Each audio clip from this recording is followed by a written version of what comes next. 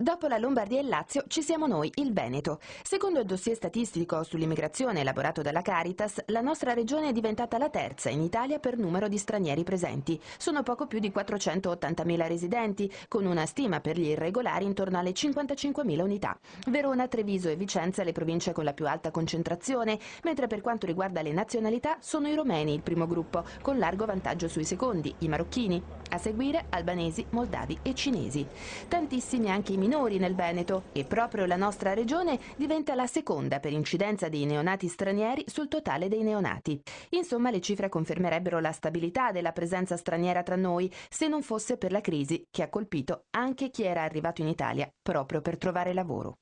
Abbiamo per la prima volta da una decina d'anni un calo tra gli occupati stranieri in Veneto, un calo minimo dell'1%, 3.000 persone, però è il primo caso in cui c'è un'inversione del trend di aumento e questo preoccupa. Tutti i saldi occupazionali sono negativi nelle province del Veneto, soprattutto per i lavoratori stranieri. Allegato al dossier anche un'interessante indagine sui redditi dichiarati dagli stranieri residenti e dai contribuenti nati all'estero. Questi ultimi nel 2008 sono stati 365.000 e hanno dichiarato quasi 7 miliardi e 800 milioni di euro di reddito, praticamente il 6,8% dell'intera ricchezza prodotta. E mediamente uno straniero dichiara sui 13.000 euro all'anno e con un gap rispetto agli italiani di quasi 7.000 euro di differenza, ovviamente in meno.